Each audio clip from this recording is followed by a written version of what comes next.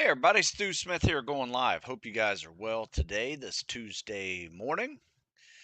Um, I am going to chat about a few things while you guys congregate, and then we'll take some questions. I don't have a whole lot of CSS videos lined up, but we'll go over some reviewing of some older ones. I think I have a couple that I can pull up from this week, but for the most part, we're just going to chat, take some questions, show a little bit of CSS as well. Um, so if you haven't used the TRX, this right here, this device, I'm bringing up the TRX again. I know I talked about it yesterday, but I didn't give you two reasons why I use this thing.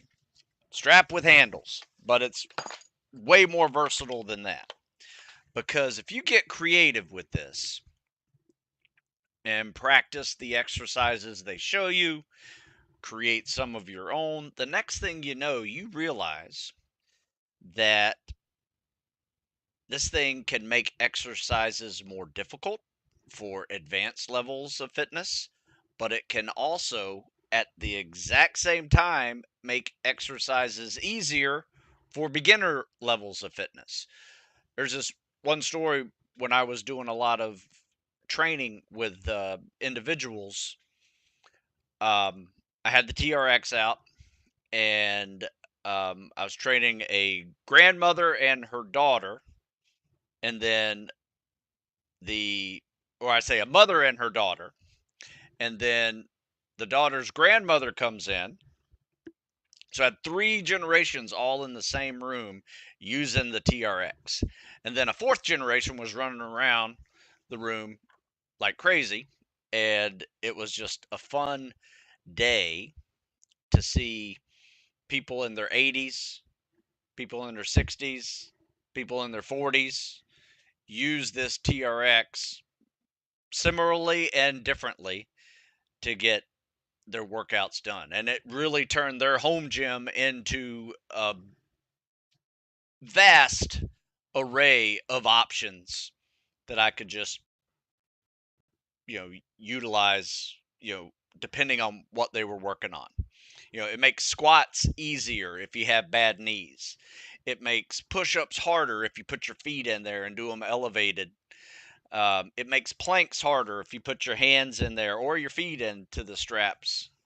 You make them a little more unstable. It really requires you to engage your core to another level. Makes rows easier, bicep curls, tricep curls, and it really depends on the angle of your body. The more vertical you are using this device, it's pretty easy. You start getting a little more diagonal, gets a little harder. You get yourself a little more horizontal, gets really hard, especially if you're trying to do rows with most of your body weight. So I am a big fan of this device, and I'm excited that they have a Veterans Day promotion going on. Um, Check out the links in the description. Uh, and if you're looking to buy somebody a gift who's really into fitness, I love these things. I highly recommend it. If they don't have one, they need one. Now, you probably find them in your gym, but I like them personally just because I can use them at my house. I can use them when I'm on the road. When your hotel doesn't have a gym, but you jog over a little bit and you find a set of monkey bars at a playground, you just turn that kid's playground into a gym using this device. So, all right, that's my commercial. It's over, but I just wanted to start this thing off with the TRX promotion. Um, they were kind enough to send me one of these, and I appreciate it. And I don't do that with I don't do it with anything else. I don't get on here and say buy something. It's not what I do. I usually just do a workout, show a workout, talk about working out and recovery, things like that. But I like this device so much that I will do this for sure. So there you go. Um, I don't see any questions popping up. I do have good news for people. Um, some of the older folks who listen in, I am probably going to finish the workout over 50. Uh, Finally, after about a year and a half of really nailing down what I wanted to put in there. It's called the Ageless Athlete. It'll be up probably this week, and I'm finally finishing probably last night and today. Do a few edits. I'm gonna let it sit for a few days before I go back in and edit a little bit. Let my editors read it, and then probably be up next week. So for those of you who are old like me, over 50, and wondering what they should do for workouts, the cool thing about that workout is it is a beginner plan. It's got a 30-day beginner plan. It's got a 6-week intermediate plan. It's got a 12-week advanced plan. So my goal is to get you into that advanced plan and slowly build you up if needed. Um, and it's good.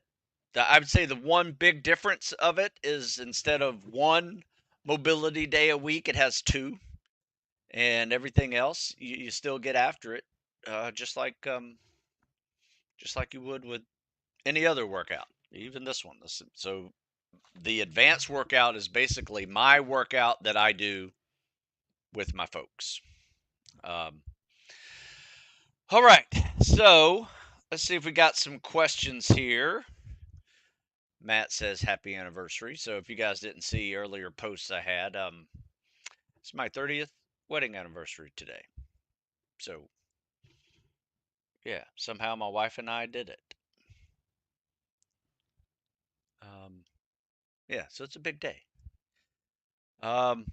Leaf says, I enjoyed your article about how cooling off the body helps fatigue. It made me wonder if Bud's training intensity would need to be reduced if the cold ocean water was removed. I found a clip of you on Fight Science, by the way. Used to love that show. Yeah, it's a great series. Yeah, if you read that article, in fact, it's posted up on Stu Smith Fitness. If you click the articles link, you'll see uh, that article right at the top. In fact, I'll put the link in here. It's real easy to pull up, but that link to that show is in there too. So it's a video of me being in an ice bucket and doing a shooting drill and obstacle course. Um, Pretty cool. It was a pretty good deal. I did that about 12 years ago, I think. No, maybe longer. Maybe 14. Damn. Time flies. Um, but yeah, you know what? I'll be honest with you. When it's hot outside, there's nothing better than jumping in cold water. You know, that cold water really does give you a second wind. And I'll give you a great example of it is um, where I kind of came up with the idea of half of my fatigue is body heat. And, you know, doing a butt kicking workout in the summer, sweating profusely, um, you know, my shirt's wringing out water on the ground. My shoes are going just squishing all the way. It's just gross. And then, you know, you got a swim workout right after it because that's the only time in the day you can get it done. And, uh, man, you know, I jump in the pool and I'm like, I got nothing left. I can't move my arms. It's a tough upper body day. I don't know how I'm going to swim across the pool. So I just tread instead. Right. So I'm just treading, just trying to cool down a little bit. And next thing I know, 5 minutes later, I've cooled down. And I'm like, wait, I can start swimming now. Arms a little tired, but I'm not exhausted. Um, and you get that second wind, and I'm like, oh, I'm ready to go full speed again. And it was just a body heat issue. So, highly recommend understanding that process of, you know, if you can cool yourself down, you're going to be able to go a lot longer. Um, Ways I do it too is I'll bring a cooler with me some days, just cooler of cans, you know, seltzer water, water bottles, whatever, and just put them in my hands and just cool down like that. And this device that I was called the Cool Mitt is actually does it at the perfect temperature. So sometimes you can get too cold, and then your hands and the veins in your hand constrict, and so it no longer is a good heat transfer. Um, but you can just pour it on your head, and that will help you. But these little hand mitts are scientifically proven to work, and they tested them out on me on that show that no one saw because nobody wanted to see somebody do almost 1,000 reps of calisthenics of different exercises. Does get a little boring. So it didn't make the TV show, but it definitely impressed me as something that could definitely be beneficial if I just cool myself as much as I can during a workout, and your fatigue is cut in half. I promise you. Yeah, I always tell people one of the quickest ways to ruin a spec ops training day is to go in dehydrated, no water, and now you're a heat casualty, can't cool yourself down. That doesn't take very long, just a few hours, and you're done. Also go in low carbs, not well fed. That's another way to hurt yourself um, in a spec ops training day. Doesn't take long. All right, what else we got? Let's see. I'm going to pull up a couple of videos. I know I have a couple in here. Only thing is I'm not 100% sure if I've made these videos already, or let me see. Let me pull these up. Or if I've already done. Oh no, we'll go with these. I think some of these are pretty good. All right, let me find this again. Screen, Windows. All right, here we go. So, you guys see this? We're going to go right in with this swim here. I think I showed this last week, now that I think about it. Top arm, bottom arm, kick. Oh, you guys don't see this, do you? Damn it. Let me go this way. Hang on.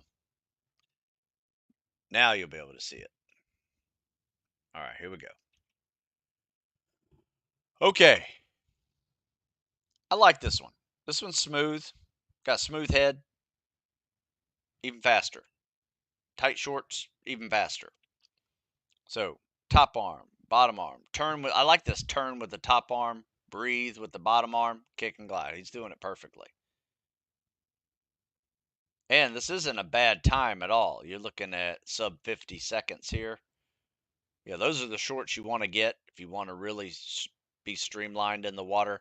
And notice this recovery too. See how tight it is? Like up against the body, like his hands are right up against his chest. Man, that's perfect. One big kick. Got a couple flutter kicks in there, but nothing too bad. We see about this one. Can't remember if I showed this one or not. I may have, but I may haven't. I just don't know. Well, if you weren't here last week, then it shouldn't bother you. All right. So, as you can see, this one's a lot slower than the last one. One of the reasons why is notice this head popping up out of the water. So he doesn't turn to breathe, he pops up to breathe, using that bottom arm to kind of lift him up. And I don't recommend doing that. And notice when he kicks off, he does double arm pull, his head's right there. He just stopped in the middle of the pool, like right there. Did you guys see that? Just stops. You never want to stop in the middle of the pool. Otherwise, why are you kicking off? Like if you notice this top arm, not even a full stroke. Notice the recovery of that. See where his arms are? Way out there, all loosey goosey. So one big kick, you got little flutter kicks in there, pops his head up every time. Yeah, you don't want to do it this way. You want to keep your head down, turn to breathe like you're doing freestyle. Put that head down. I wouldn't even do that double arm pull. I think you're a candidate to take the double arm pull out, because watch what happens when you do it. You just stop right there. Like that right there, this loose arm recovery, your head popping up to breathe, um, it just stops you in your tracks. You can see it right here. Boom, stops. I mean, you might not think it's like a big deep stop, but you lose a lot of momentum and you have to recreate it now with that next stroke. And because you're popping your head up, notice every time you pop your head up, you quit going forward. You're going you're going vertical every time you do that, and you stop moving horizontally. So that's the danger, if there is a danger, to swimming with your head up. Let me see. I got some more here. We'll just keep showing these because I'm gonna probably have shown them before, but um, we're gonna revamp them, retest them. All right. So what do we got here? We have kicking off the wall. Good streamline. I like that. This double arm pull might be good. Looks like it. Push the water, transitions out, head, keep the head down. Now, unfortunately, what happened here is he just went too deep, and see how he had to kind of swim up to come up to breathe. Once again, you quit moving horizontal and you have to go vertical or diagonal. It's just slowing you down, right? For that first breath. Top arm, bottom arm, kick, hold the glide. We got to work on that freestyle catch a little bit with the top. Don't lead with your elbow. If you notice, let me see if I can get it back there. See how he's kind of leading with the elbow here? You want to, instead of that being here, right, you want to get that elbow up and that forearm vertical, not leading this way, but leading this way, and start grabbing water like your forearm is an oar or a paddle. Otherwise, you're missing out on a lot of grab of the water. And that's probably why he's not moving very forward with that top arm. Top, bottom, kick and glide. Let's see if this side's better. No, the other side was better. See that top arm's just skimming the surface? That's why I like to be on my side more or belly when I'm doing this top arm pull. Make it look more like a freestyle catch, because all that right there, just skimming the surface, you're missing out on a lot of water to grab. And it makes a ridiculous splash, so it's something that you're also not trying to do. All right.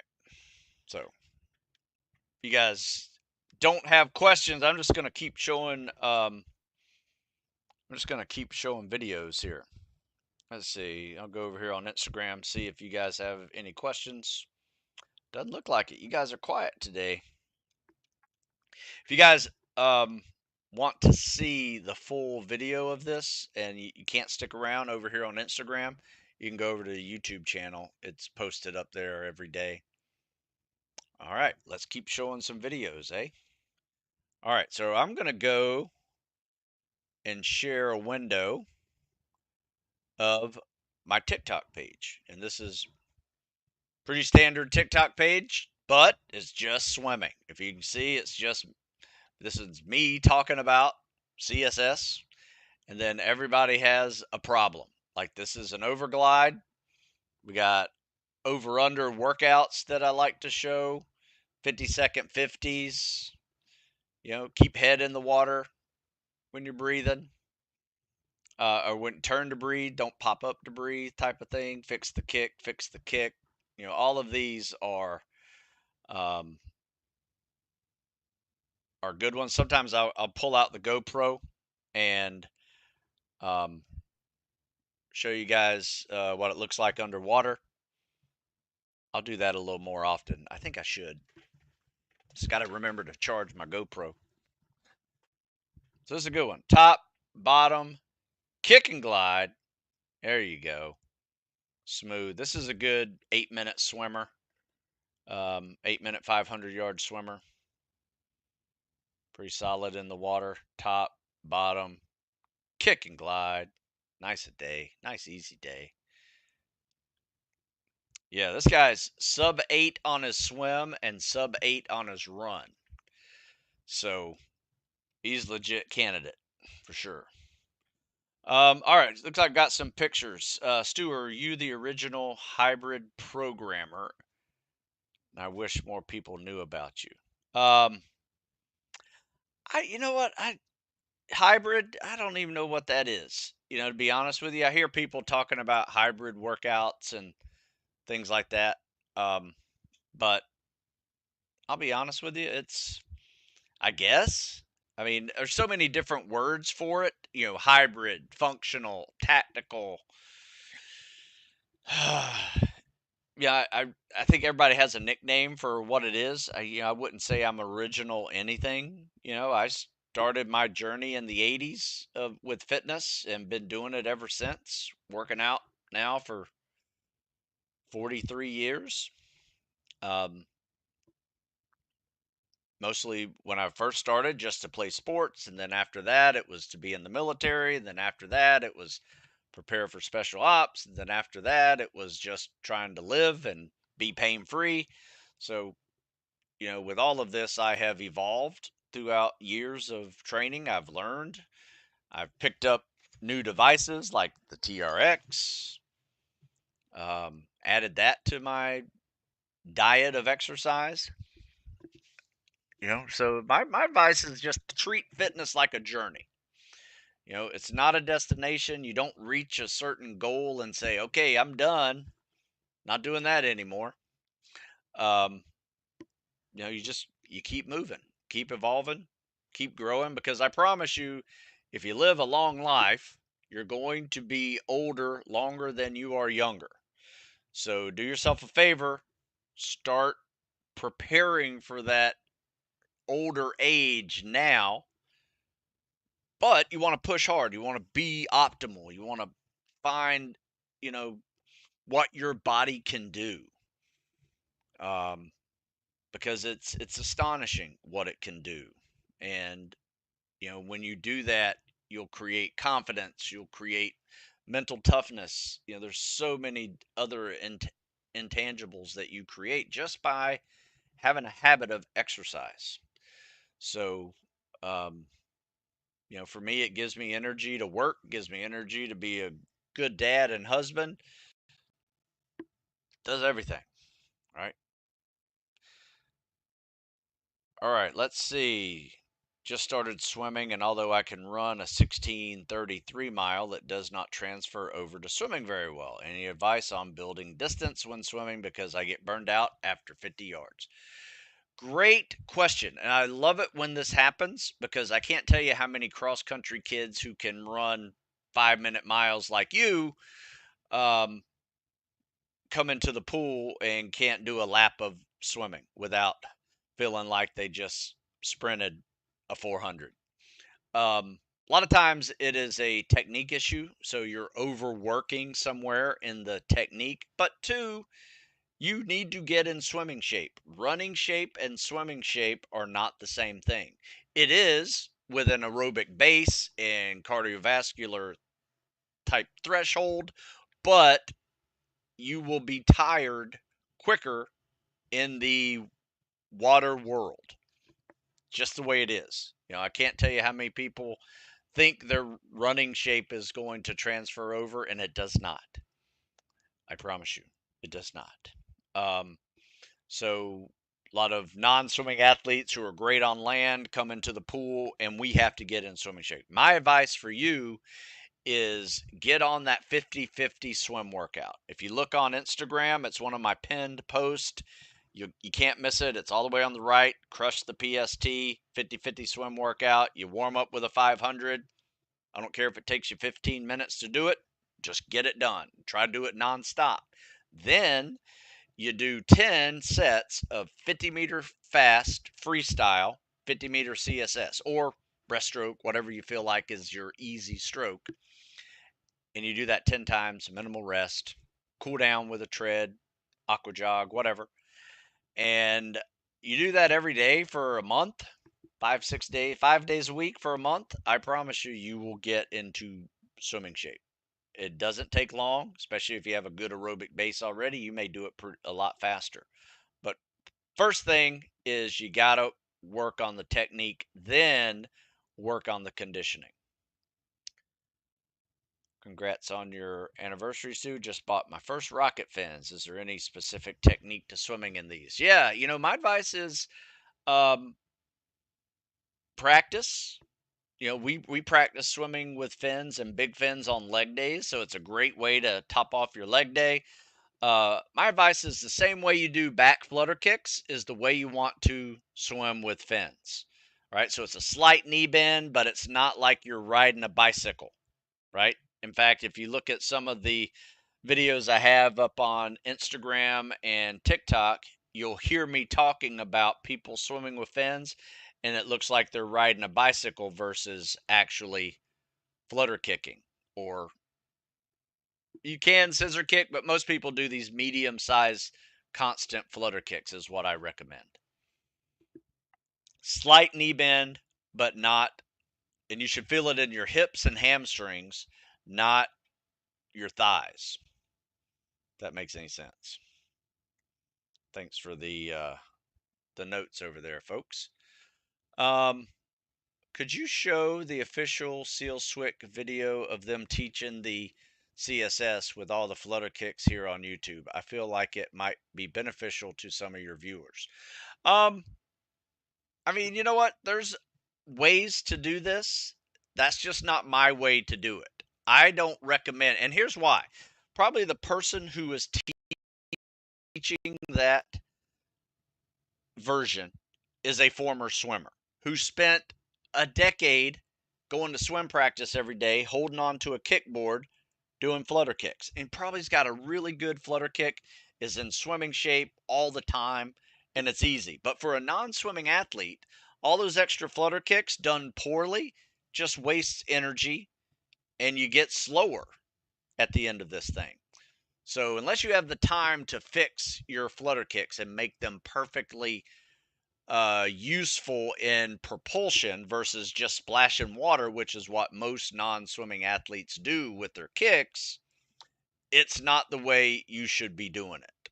So I teach it like I'm teaching a non-swimming athlete. If I get a former swimmer that competed in high school and college, I will mention it. Um, Even though they're swimming 7 minutes easy and they got some flutter kicks in there, I said, you know what? If you take out those flutter kicks, let's just see how you do and how you feel afterwards. And every one of them says, oh, yeah, my legs feel a whole lot better. And guess where that helps them? It helps their hip flexors when they do sit ups, and it helps their legs when they go do the run. And what do most swimmers suck at doing? Running.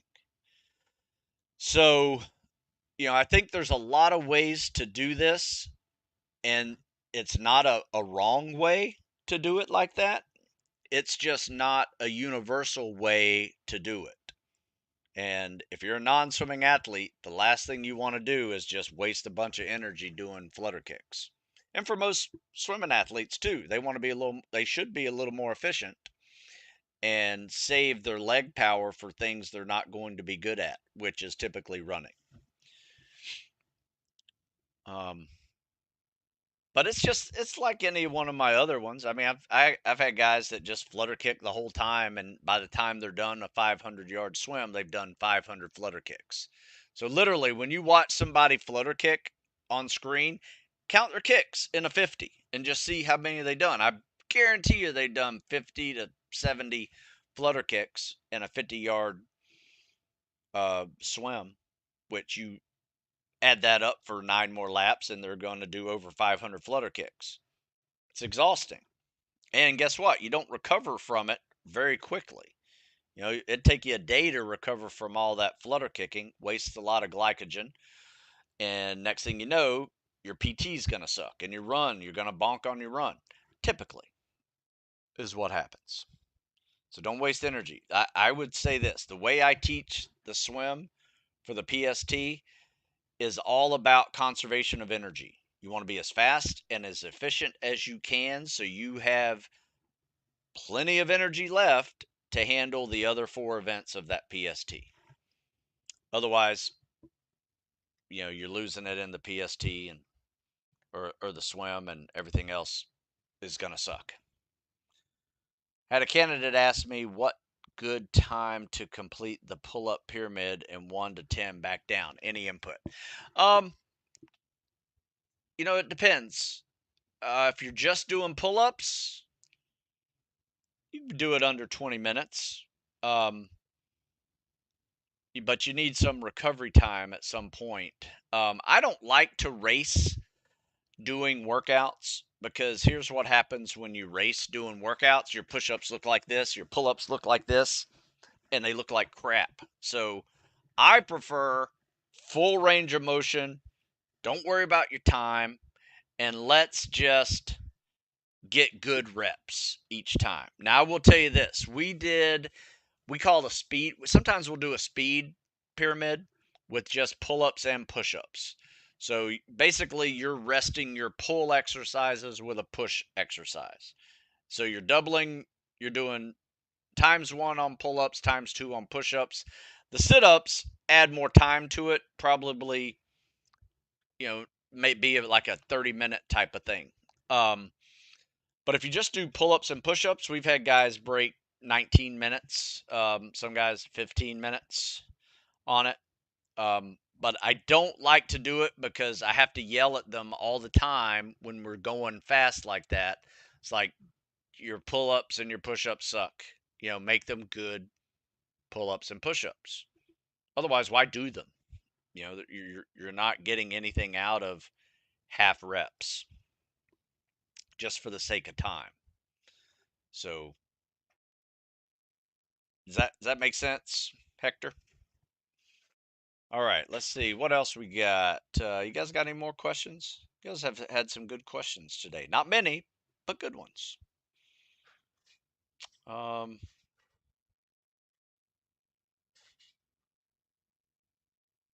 let's see. I guess that's it over there. Let's see. Anybody else? Oh, tips on swimming after rotator cuff injury. Yeah, my advice is this. We get a lot of triathletes who can no longer do freestyle swimming, but what they do is I teach them the CSS. So their bad arm is their bottom arm, and they'll use their good arm just like a freestyle catch, but they'll use that bottom arm like a really small, it's like a little breaststroke scull. So it barely even uses the shoulder. That is something that is very useful for someone who still wants to swim but has a bad shoulder. Otherwise, go through the surgery protocol, the physical therapy protocol, whatever you need to do to get that shoulder better, and then slowly build back up. Maybe start off with the CSS and then slowly start adding more freestyle to that um, process. Make sure also whenever you do breathe or you're pulling that top arm that you rotate over just a little bit more than normal, because what happens is you don't have to lift it as high if you're on your belly trying to lift that shoulder up. But if you rotate over, you'll see that you don't have to flex that rear delt as much. So rotate over a little more when you breathe or when you're pulling that bad arm forward, and it may help you with being able to swim freestyle a little longer. Gary says, do you have any videos on breaststroke? Is it allowable stroke for buds? Yeah, breaststroke is a underwater recovery stroke, which some people use. But most people do not, because, 500-yard swim is to get 2 buds. Once you're 2 buds, no one cares anymore about your 500-yard swim. It's all CSS with fins in the ocean, 2-mile swims. Every week you're going to do a 2-mile ocean swim with fins at buds. So the 500 no fins goes away, and you only do it like your first week at prep just to make sure you meet all the standards of the PST. So it is allowable. It's just not many people use it. Let's see what else we got here.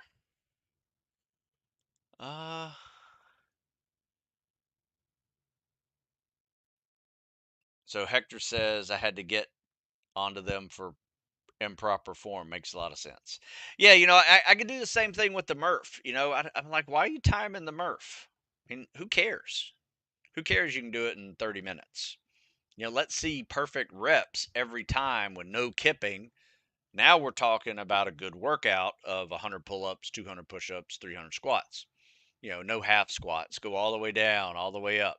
At least break 90. Come on. Otherwise, you're not doing anything. So yeah, unfortunately, when we time workouts like that, I think they become less effective. If you're going to time something, time a 500-meter swim, time a 100-meter dash, time a quarter mile fast as you can. That sucks, right?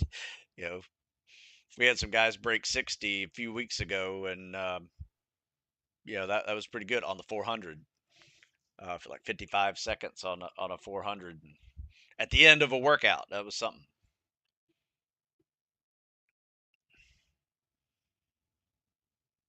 Let's see what else we got.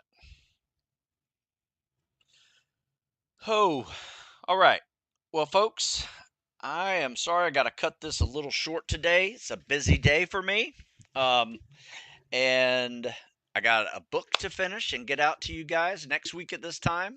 It should be out, and I'm excited to share it. It's called The Ageless Athlete. For those of you guys over 50 that want to still get after it or need to start getting after it, that's what it's for. Great present for your old man if you're one of the young ones. Don't forget, good deal. Save 25% on the TRX over there. Just look at the description for the coupon code and use it. It's a good tool. I promise you. I love the thing. And don't forget, go to email me, stu@stewsmith.com. If I didn't answer your question, I think I got them all. But if you come up with one and I'm not doing a live show, just email me. Happy to answer it. Use that live15 coupon code over at stewsmithfitness.com and you're on your way. And then, the beauty about, my programs is people email me all the time like, hey, what if I can't do this? Or what do you mean by this? I answer, email me. How cool is that? A trainer in your back pocket. That's what I do. All right, folks, you guys have a good one, and I'll catch you next week.